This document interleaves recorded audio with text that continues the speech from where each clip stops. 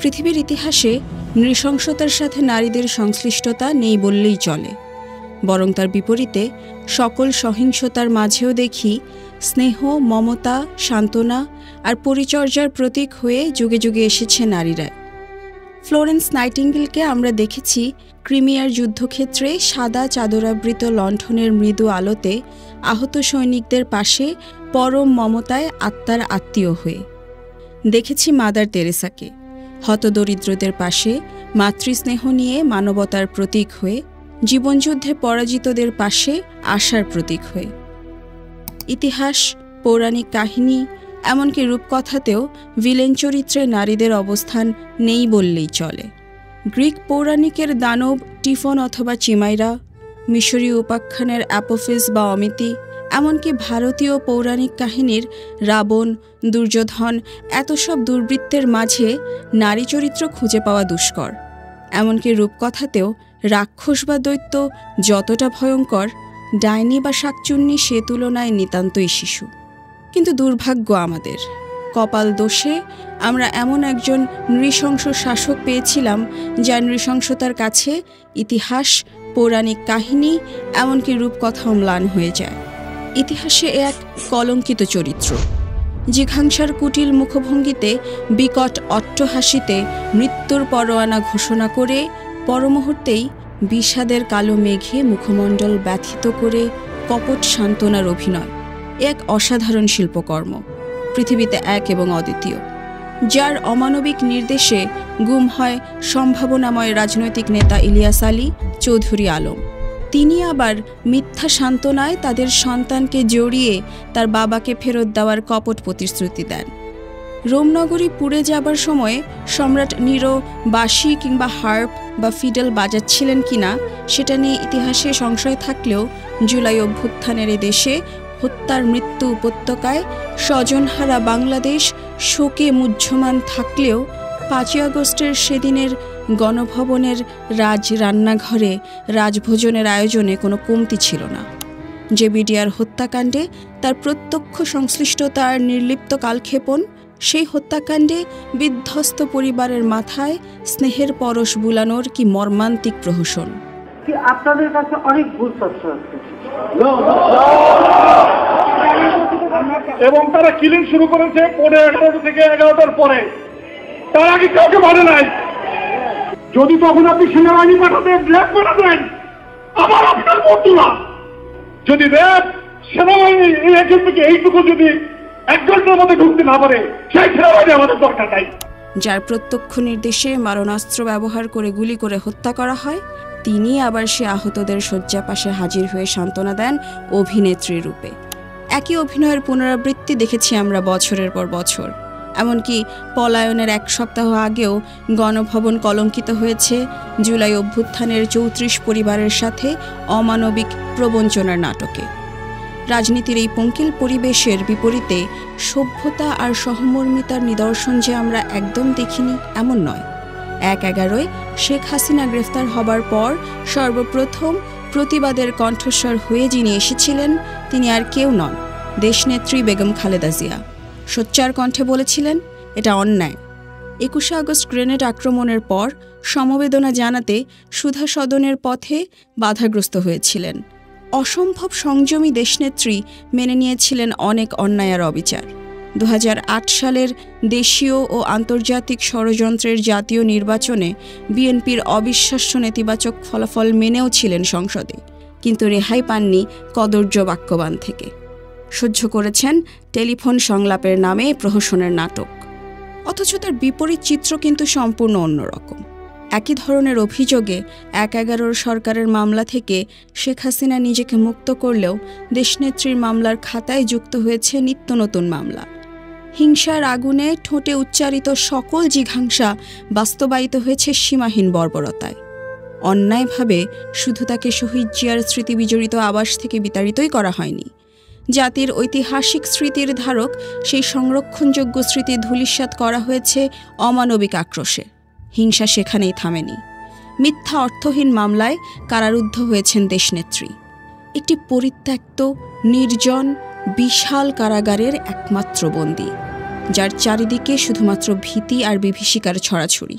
দুরারোগ্য গুরুতর অসুস্থতায় সুচিকিৎসা থেকে বঞ্চিত করা হয়েছে তাকে নিঃশেষ করার ষড়যন্ত্রের অংশ হিসেবে। তারপরেও কি অপরিসীম সহ্য আর সহনশীলতার বদান্যতা সেই মহীয়সীর, যিনি সাংবাদিক মতিউর রহমান চৌধুরীর সাথে সাম্প্রতিকতম সাক্ষাৎকারে উপর্যুপরি প্রতিহিংসার প্রশ্নের উত্তরে তার প্রশান্ত হাসিমুখের নির্লিপ্ত একই উত্তর, থাক এসব। এমনই দেশনেত্রী খালেদা জিয়া আজ শুধু পরিবার বা দলের নয়, সারা বাংলাদেশের সমার্থক একটি নাম, দেশনেত্রী বেগম খালেদা জিয়া। গত 17 বছরে বাংলাদেশ কেমন ছিল? আজ এটা কোনো প্রশ্ন নয়, এটা জাতির জন্য শুধুমাত্র লজ্জা আর কালিমার অন্ধকারাচ্ছন্ন লম্বা 1.5টি যুগ, যে ইতিহাসের স্মৃতিচারণ এদেশের মানুষকে কুণ্ঠিত করবে শত সহস্র বছর। এই অমানিসার অমোচনীয় কালির লজ্জা বহন করবে আগামীর প্রজন্ম। এ ছিল এমন একটি দেশ যেখানে জগন্নাথ বিশ্ববিদ্যালয়ের সাধারণ শিক্ষার্থীর জীবন থেকে ঝরে গেছে দীর্ঘ 15 মাস জামিনহীন দীর্ঘ কারাবাসে, অসহায় উচ্চ আদালত, ডিজিটাল নিরাপত্তা আইন বলে কথা। 18 বছর বয়সী এক কিশোরী কিনা সেই মহান সরকার উৎখাতের ষড়যন্ত্র করছে। রক্ষা পায়নি সমাজের কল্যাণে নিবেদিত রক্তকন্যা, অসহায় মানুষের প্রয়োজনের মুহূর্তে দিন রাতের 24 ঘন্টা রক্তের ব্যাগ নিয়ে যে হাজির হতে অভ্যস্ত। হঠাৎই তার বাসায় মাঝরাতে অনাহুত অতিথি হাসিনার পুলিশ, কোলে আঁকড়ে ধরা শিশু সন্তানকে অজানার দায়িত্বে ছেড়ে দিয়ে মাঝরাতে তথাকথিত আইনশৃঙ্খলা বাহিনীর হেফাজতে। কি অপরাধ? সোশ্যাল মিডিয়ায় মহারানীর পছন্দ নয় এমন ছোট্ট 4 শব্দের একটিমাত্র বাক্যের উচ্চারণ। মিছিলে, জনসভায় প্রতিবাদের কণ্ঠস্বর মিলিয়ে যাবার আগেই দলের নারীরা হাসি মুখে মেনে নিয়েছেন গ্রেফতার। গভীর রাতে পুরো এলাকা শঙ্কিত করে সাদা পোশাকে তুলে নেওয়া শুধু একবার নয়, বারবার। এ যেন দুর্ভাগা মানুষের প্রতিদিনের ভাগ্যলিপি। উদ্দেশ্য আশেপাশের সবাইকে জানিয়ে দেয়া, মহারানীর রাজত্বে শুধু চলবে স্তুতি আর স্তাবকতা, মুখ ফসকালে রক্ষা নাই। কিন্তু কোনো অত্যাচারী স্তব্ধ করতে পারেনি স্বৈরাচারের বিরুদ্ধে জাতীয়তাবাদী আদর্শে উদ্বুদ্ধ নারীদের। তারা রক্তাক্ত হয়েছেন রাজপথে, আওয়ামী পুলিশ আর যুবলীগের লাঠিয়ালদের হাতে। মিছিলে, জনসভায় প্রতিবাদের কণ্ঠস্বর মিলিয়ে যাবার আগেই দেশের নারীরা হাসি মুখে মেনে নিয়েছেন গ্রেফতার। কারাগারে মহিলা ওয়ার্ডের অবর্ণনীয় পরিবেশ এদের দমাতে পারেনি এতটুকুও। ছারপোকা পরিপূর্ণ এক জোড়া কম্বল, ব্যবহার অযোগ্য টয়লেট আর দুর্গন্ধময় ওয়ার্ডে গাদাগাদির রাত্রি যাপন, এমন দুর্বিষহ অভিজ্ঞতা স্মৃতিতে রেখেই তারা বারবার কারাবরণ করেছে দ্বিধাহীনভাবে। এই তালিকায় রয়েছে অগণিত নারী যোদ্ধারা। এরা ঝড়, বৃষ্টি, রোদ, তাপ উপেক্ষা করে বারবার সমবেত হয়েছে প্রতিবাদের মিছিলে।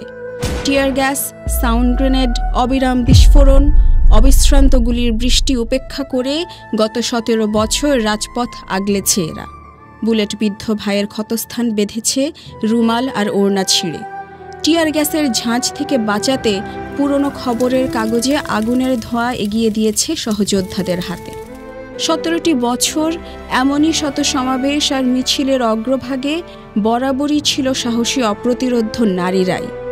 শত প্রলোভন, অত্যাচার আর চরিত্র হননের ফেসবুকীয় কদর্যতাকে অবজ্ঞা করে এরা ছিল ইস্পাত দৃঢ় ঐক্যে অনড়, দলের জন্য নিবেদিত ভারপ্রাপ্ত চেয়ারম্যান তারেক রহমানের আদর্শ আর নির্দেশনার প্রতি। যা ছিল কাল সেটাই রয়েছে আজও, থাকবে এমনই শাশ্বত আগামী ভবিষ্যতেও ইনশাআল্লাহ। বাংলাদেশি জাতীয়তাবাদের আদর্শের প্রতি এই আস্থা আর বিশ্বাসের শেকড় প্রথিত রয়েছে সুদূর ৭১-এ, যখন দিশেহারা আক্রান্ত জাতির সামনে আত্মার আত্মীয় হয়ে আবির্ভূত হয়েছিলেন এক অচেনা মেজর জিয়া। তারপরে এলো ১৯৭৫, ৭ই নভেম্বর আবারও হাল ধরলেন তিনি, গতিপথ হারা বাংলাদেশের। তার হাত ধরে দূর হলো ৭৪-এর দুর্ভিক্ষের দুঃস্বপ্নের স্মৃতি, মুক্ত হলো গণতন্ত্র বাকশালের শেকল থেকে। সাথে প্রথমবারের মতো নিজেদের প্রকৃত মুক্ত, স্বাবলম্বী আর মর্যাদার জায়গায় আবিষ্কার করলেন দেশের নারীরা। গার্মেন্টস শিল্প একই সাথে আনলো সমৃদ্ধি। নারীর আর দেশের অর্থনীতির। তারই দূরদর্শিতার ফসল 1978 সালের মহিলা বিষয়ক মন্ত্রণালয়, 1994 সালে যা বেগম খালেদা জিয়ার পরিচালনায় রূপান্তরিত হয় মহিলা ও শিশু বিষয়ক মন্ত্রণালয়। 1980 সালে পাশ হয় যৌতুক নিরোধ আইন। নারী পুলিশ ও গ্রাম প্রতিরক্ষা বাহিনীতে নারীদের অন্তর্ভুক্তি শহীদ জিয়ার দূরদৃষ্টির ফসল। আজ পোশাক শিল্পে কর্মরত আছে প্রায় 40 লক্ষ নারী। সংসদে নারীদের সংরক্ষিত আসন 15 থেকে 30-এ উন্নীত হয় 1978 সংসদে।